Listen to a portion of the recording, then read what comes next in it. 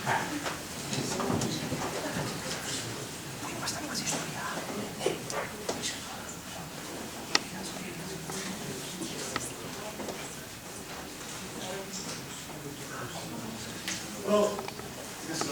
first, I'd like to take the opportunity to welcome you to our event this evening.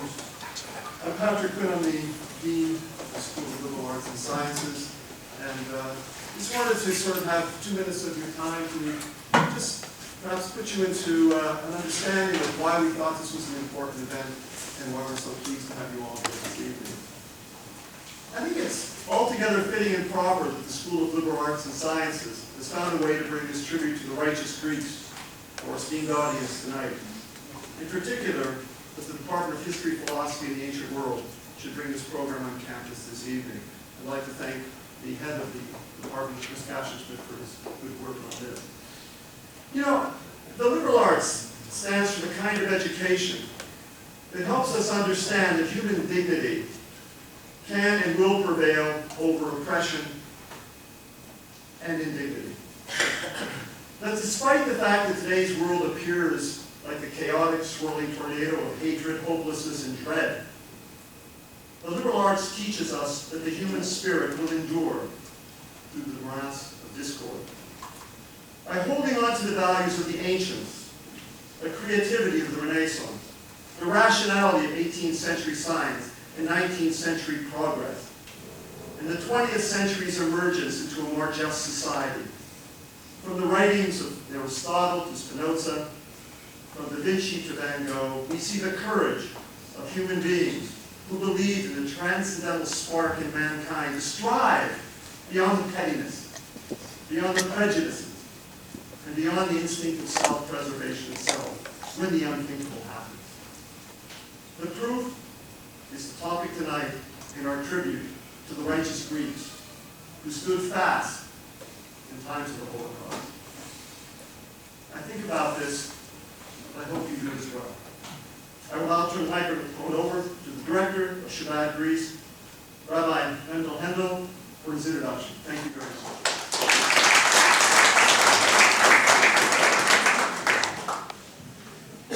Good evening. First, I would like to thank the American College of Greece and the Dean, Dr. Patrick Quinn, for hosting us tonight. Gratitude is essential in Jewish teachings. In fact, the very word Jewish, Yehudi, comes from the name of one of Jacob's sons, Yehudah, which means to give thanks. We start each morning with thanking God for giving us another day, and we are reminded to act with gratitude and respect to our parents that brought us into the world, as well as to the people that show us kindness. This evening we are gathered to express our gratitude and pay tribute to those individuals who saved lives during World War II, at great risk to their personal safety and that of their families. Their light shines even brighter considering the general climate of apathy and indifference at best, and collaboration and betrayal at worst, that was prevailing during this dark period. To take an active stand instead of standing on the side was a courageous and daring action that few took. Some of those heroes were in leadership positions, but many others were simple people that cared. While listening to the testimonies of those righteous people, what amazed me is that most of these people did not think that they were doing something special. They just felt that this was what they needed to do. Holocaust survivor and Nobel Prize recipient Elie Wiesel said, "We must know these good people who helped Jews during the Holocaust. We must learn from them, and in gratitude and hope, we must remember them." We feel gratitude and admiration when we hear these stories. But what is important is that these should not just stay as stories, but inspire us in our lives of today. What better way to remember those special people than to keep their legacy of courage and humanity alive in our personal behavior? These righteous people teach us to care for the other and not to turn our eyes away. even during normal times, when we are not faced with such life and endangering challenges. We do not need to wait for the other to be in life danger to be concerned and offer help, be it a friend or acquaintance, or a stranger of perhaps a different culture or religion.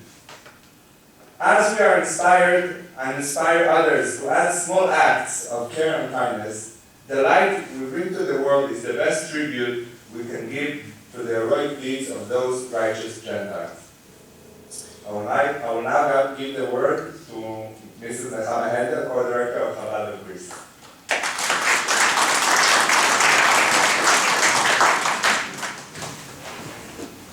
Good evening, ladies and gentlemen. Our event tonight is dedicated to the Righteous Gentiles, a title given to non-Jews who, at the risk of their lives, saved Jewish people during World War II. This evening is organized by the Department of History of the American College of Greece, in cooperation with Chabad of Greece and ISGAP, the Institute for the Study of Global Antisemitism. The title of the evening is Bystanding and Standing By, the title of the documentary of Mrs. Doha Berzidu, of which we will show excerpts a little later. Bystanding or standing by. Look the other way or take action. This was the choice that confronted people during the stormy period of World War II, when the Nazis turned to arrest their friends and neighbors and send them to the death camps.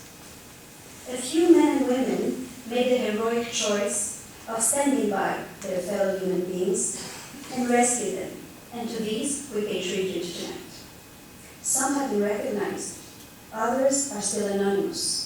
Some acted with fiery courage, others in quiet dedication.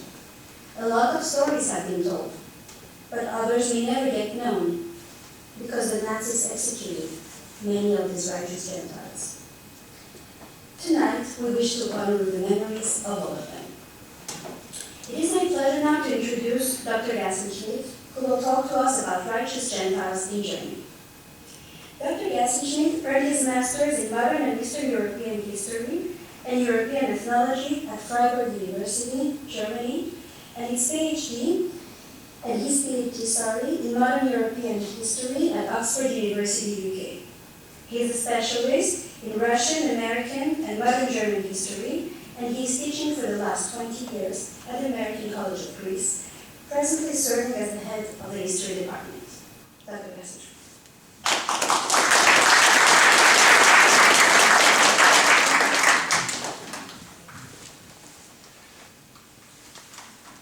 Thank you very much for your warm words.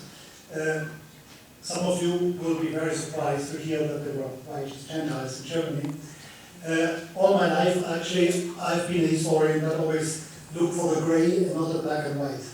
And if you start digging, it's the same thing with the German resistance against the Nazis, you find a lot of courageous people that did a lot of things and risked their lives. Before I go on, I want to go straight into the presentation. So generally speaking, there were righteous Gentiles in Germany on all levels.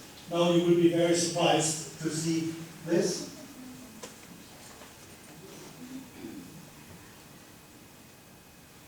Yad Vashem acknowledges more than 25,000 righteous among the nations in total, and 587 come from Germany. And these are the recognized cases. There are a lot of cases that are not reported, that are anonymous. And the first case, I call it the armed forces because it is everything mixed. And here I named especially Kurt Gerstein. He was an SS Obersturmbannführer. He joined the SS as a part of the Confessing Church. What he did actually was he informed the diplomatic corps of other countries about what was happening in Germany. He sabotaged the delivery of Zyklon B to the concentration camps. He tried to save as many people as possible. His problem was that he was captured after World War II by the French, and he died under mysterious circumstances before Jewish people could actually come to testify in his favor. Kostas Gavras made this film. I mean, you may have seen it, I don't know. I encourage always my students to watch movies, you know, like to get to know a little bit more history, to trigger their interest in history. And since the young generation is a visual, audiovisual generation, and they love to watch films, I just do that with them.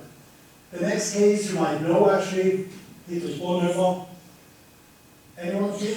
No, Bonhoeffer? He was a pastor, basically, Protestant pastor.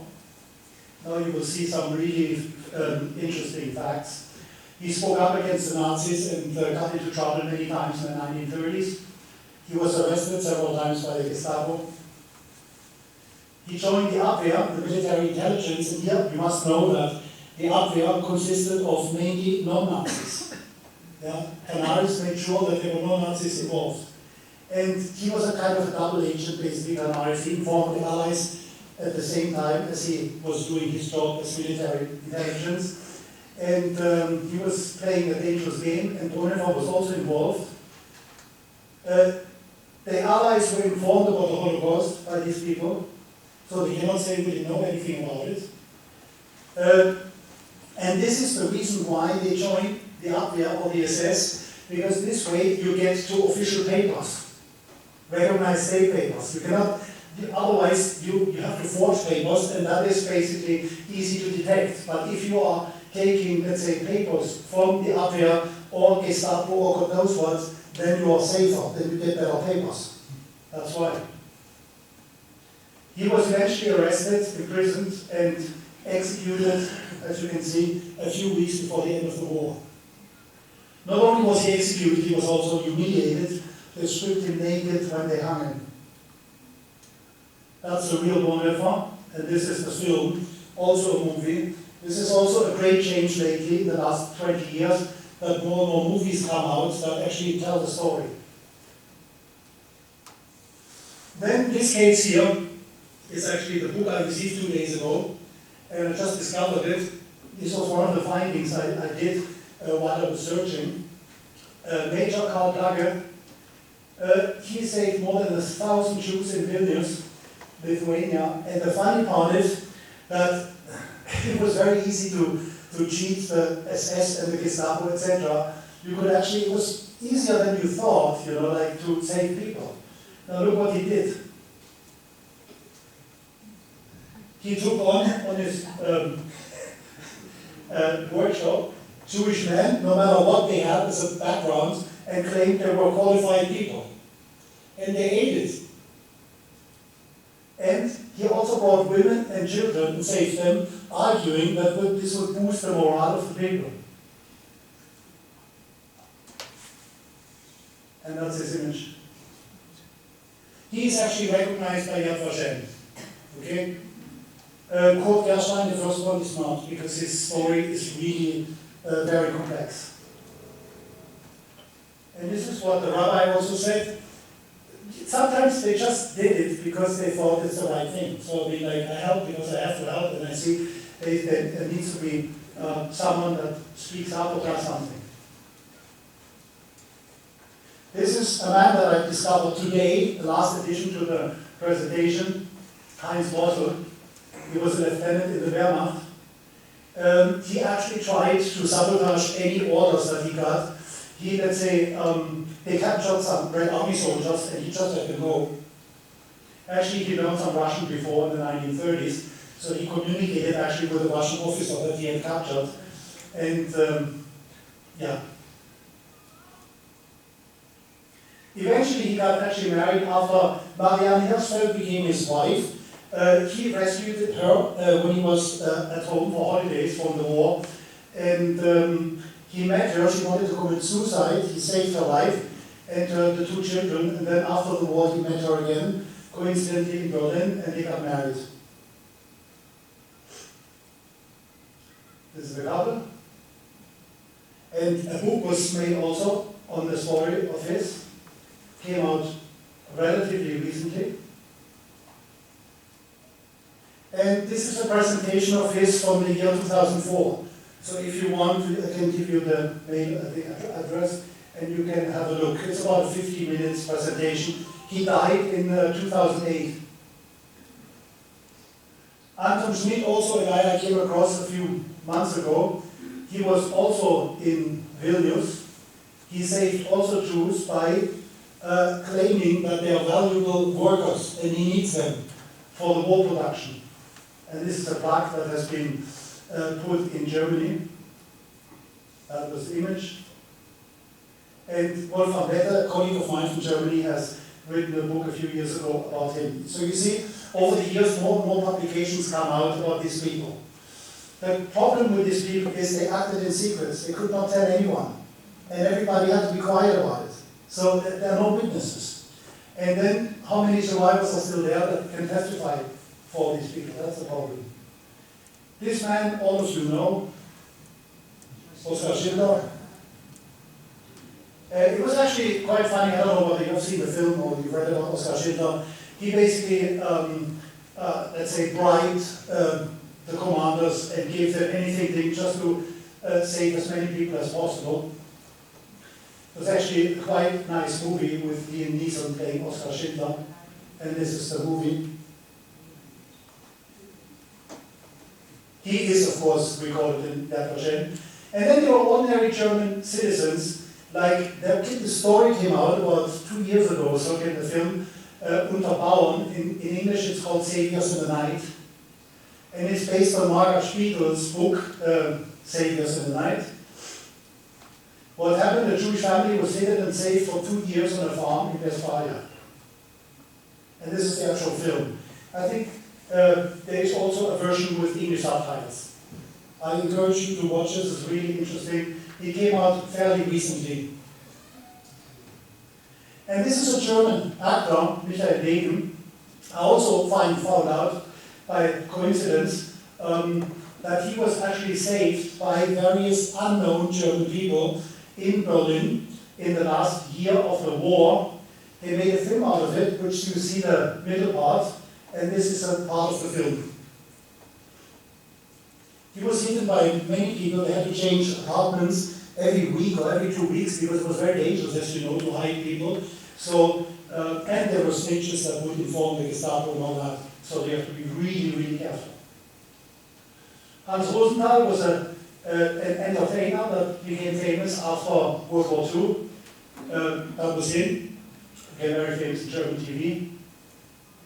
He was actually also saved by Righteous Gentiles for the entire period of World War II. Then Ralph Giordano, him you may know. The name comes from the fact that his father was Italian, his mother was Jewish.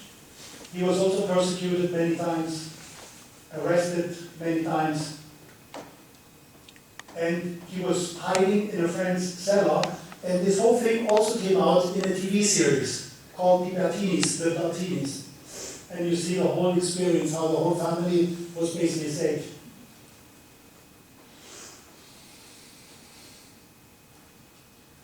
That's the series. That's him. And that's a part of the film. And then for the last, because I see I have to cut, otherwise, like there's out of the microphone or something. There's a museum now in Berlin, and this is a nice thing actually, that in 2008 a museum opened, which commemorates Germans, Righteous Gentiles in Germany. You see, it took 63 years for this to happen, 63 years. And I don't know whether I could give this speech in Germany, to be honest. I don't know. Because my colleagues have a serious issue with this problem, especially these issues. So they have listed about 3,000 silent heroes, but historians believe that there are many more.